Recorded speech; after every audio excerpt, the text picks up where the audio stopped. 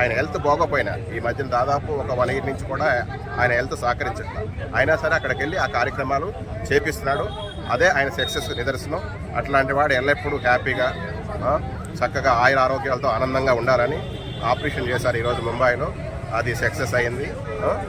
ప్రజలు అందరూ దీవెనలు ఆశీస్సులు అన్నీ బాగుండి సక్సెస్ అయింది. హ్యాపీ. దానికి ఇదేముంది, ఆయన ఒక పని కాదు. నాకు తెలిసి 77 ఏళ్ల స్వాతంత్ర చరిత్రలో స్వాతంత్రం వచ్చిన తర్వాత అలా కష్టపడే నాయకుడిని నేను చూడలేదు.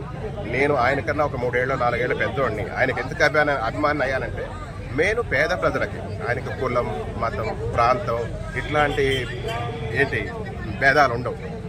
ఎవరు ఏమనుకొని ఎవరు ఏదవని ఆయన సెగువీర అంటారు, నక్సలైట్ అంటారు, ఒకరోజు అదన్నాడు, ఒకరోజు ఇదన్నాడు, ఇట్లా కొంతమంది కామెంట్లు ట్రోలింగ్లు చేస్తారు. ఆయన ఏంటంటే ఏది చేసినా చివరికి చేసేది ప్రజాసేవ. అది దానికోసం ఏ రూట్లో అయినా వెళ్తాడు, ఏ రంగంలోకి అయినా వెళ్తాడు. 100% పేద ప్రజలకు సేవ చేస్తాడు ప్రతి ఒక్కరు.